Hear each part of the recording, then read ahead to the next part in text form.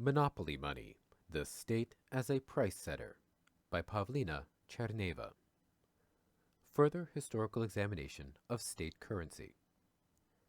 This section briefly discusses some aspects of monetary evolution, in particular how money became state currency and how the state became the money monopolist.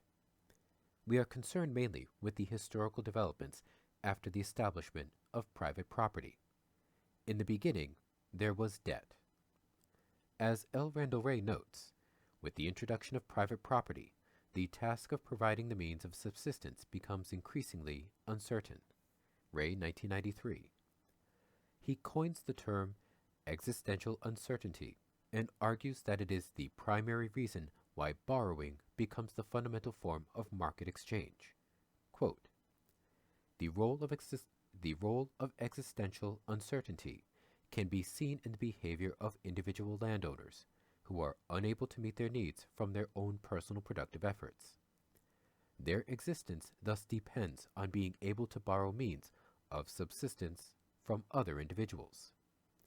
This is the basis of the first economic exchange, and it takes the form of a loan in which one private producer extends physical product which he has accumulated as his margin of security to a borrower who in exchange promises to furnish his labor whenever the lender should require it in order to ensure his own survival.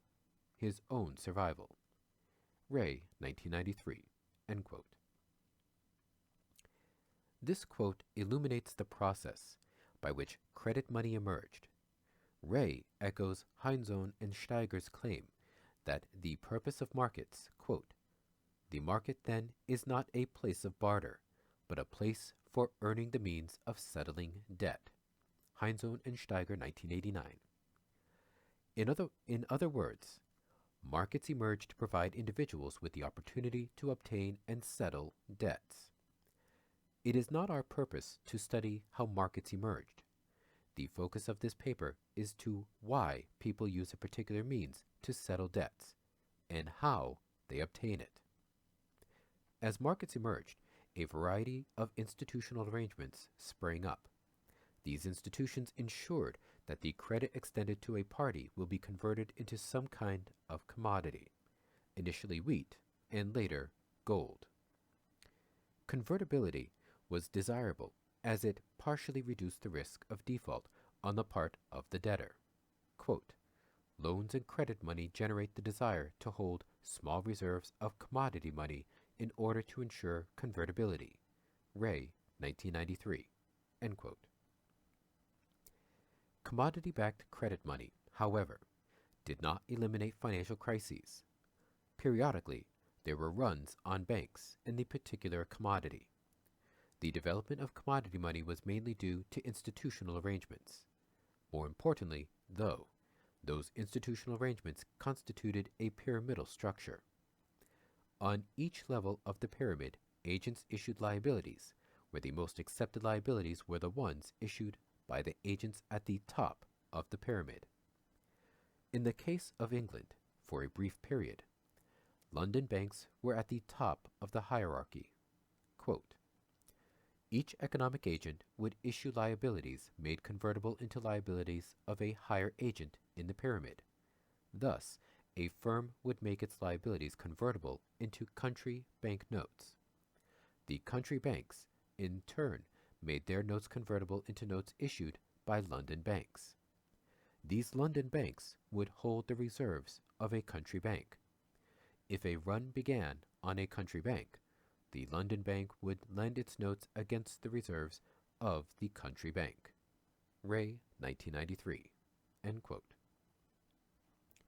Since the London banks were private lenders, they still didn't manage to ensure convertibility at all times. A lender of last resort was needed that was not constrained in its ability to issue liabilities. In England, that institution was the Bank of England. It must be noted, however, that the Bank of England acquired its special status because its notes could be used for tax payments, regardless of the available gold. As any central bank, it was an agent of the government that was granted exclusive rights to issue notes. De facto, the English government stood at the top of the pyramid.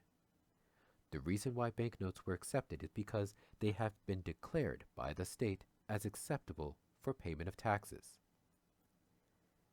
In the words of Knapp, quote, "Banknotes are not automatically money of the state, but they become so as soon as the state announces that it will receive them as epicentric payments, payments to the state.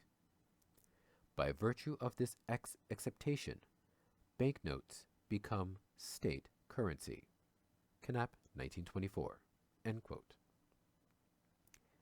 The government took steps towards securing its purchasing power by giving the Bank of England monopoly rights to issue government liabilities. Most importantly, however, the government secured its purchasing power by declaring that it would accept Bank of England liabilities for tax payments and or for any other debt settlement between the private sector and the government. Thus, Bank of England notes became state currency. In sum, markets are the place where agents try to obtain the means of settling debt. The highest form of debt is the one owed to the government, the tax liability. The most accepted notes are the ones issued at the top of the pyramid, namely the government notes. As a result, market activity is dominated by government notes, and all other types of liabilities become extinct. The government's currency was accepted because 1. All tax obligations had to be paid in government notes, and 2. Because the government, or the Bank of England, as its agent, had the monopoly power to issue these notes, which the state then exchanged for desired real goods and services. The government was at the top of the financial pyramid because it had a set of powers, which no other institution had, all at the same time. It has the power, 1. To tax, 2. To determine what it will accept for settlement of tax obligations, and 3. As every monopoly, to determine prices. Regardless of the type of currency, as long as it is scarce and accepted by the government for payment, it automatically becomes government money. It is the government that will have exclusive single supplier monopoly powers in providing that currency to the population.